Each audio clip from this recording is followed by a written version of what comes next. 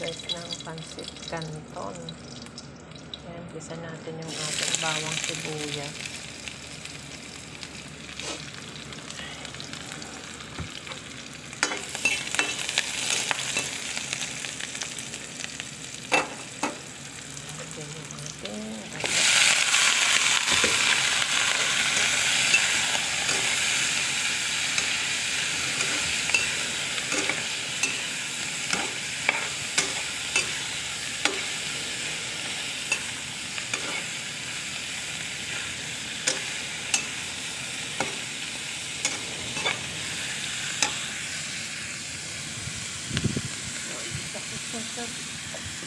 Atis guys,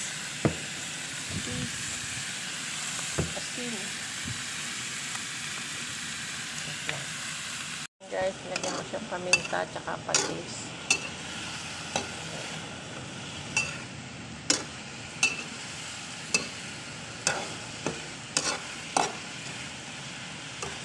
Lagyan natin ng toyo. Hindi ko na siya inasnan guys kasi may asin yung tubig ko. Lagyan natin ng konting toyo.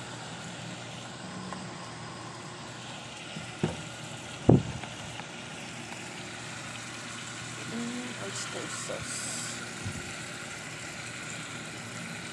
Guys, nilagyan ko ng oyster sauce. So, manok lang ang sahog nito guys. So, ibang style ang gagawin ko ngayon. Is hindi ko na ihihiwalay yung gulay. Kumbaga mamaya ako ilagay si gulay. So, ilagay ko tong sabaw ng manok guys. Pinagpalambutan ko kanina.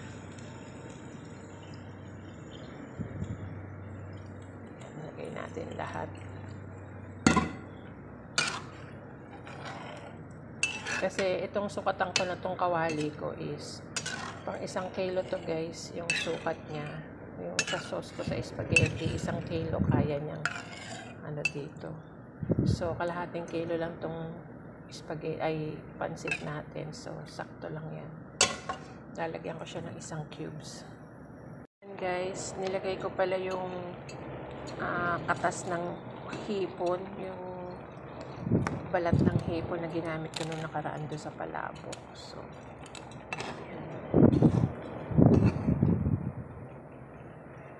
yan, nilagay ko na yung ating canton guys. Pwede na nating ilagay yung ating gulay nito guys.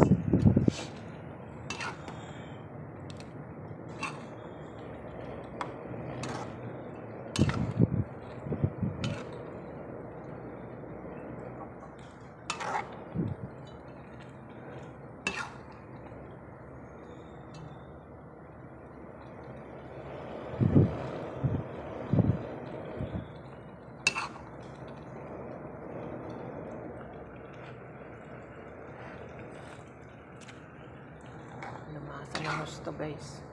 Makatas yung hipon. So, yan.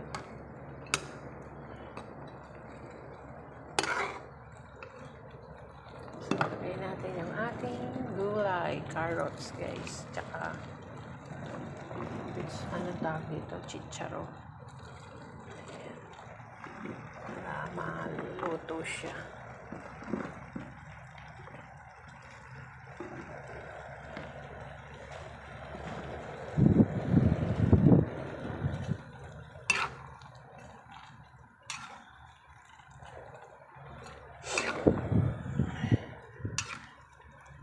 So, ito recipe ni Chef MJ itong ginaya ko.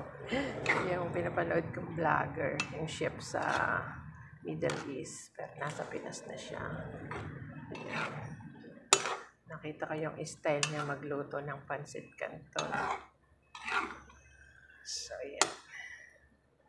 Ginaya ko. Kasi dati ginigisa ko yung gulay, hiwalay. Yan natin yung repolyo at celery. Yan. Para sabay-sabay na siyang maluto guys.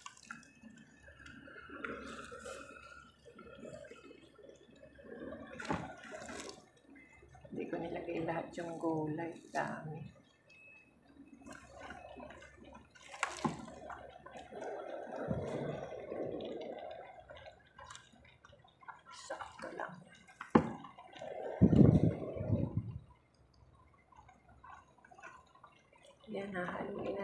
natin yan, guys.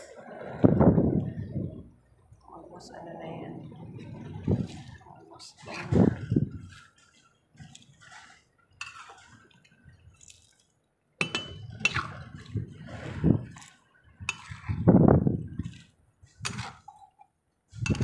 So, diba, sakto lang yung ating sabaw.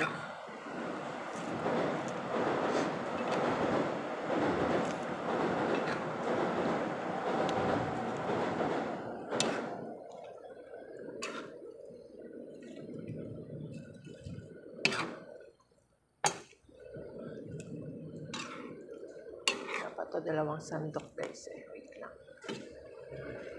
Ayan, guys, almost done na yung ating pansit canton. Bigyan ko na lang siya ng konting sesame oil. Ayan. Final ano natin. Nilagyan ko pala siya ng konting ano, guys. Tawag doon. Konting magic sarap. Half lang. Tapos yan.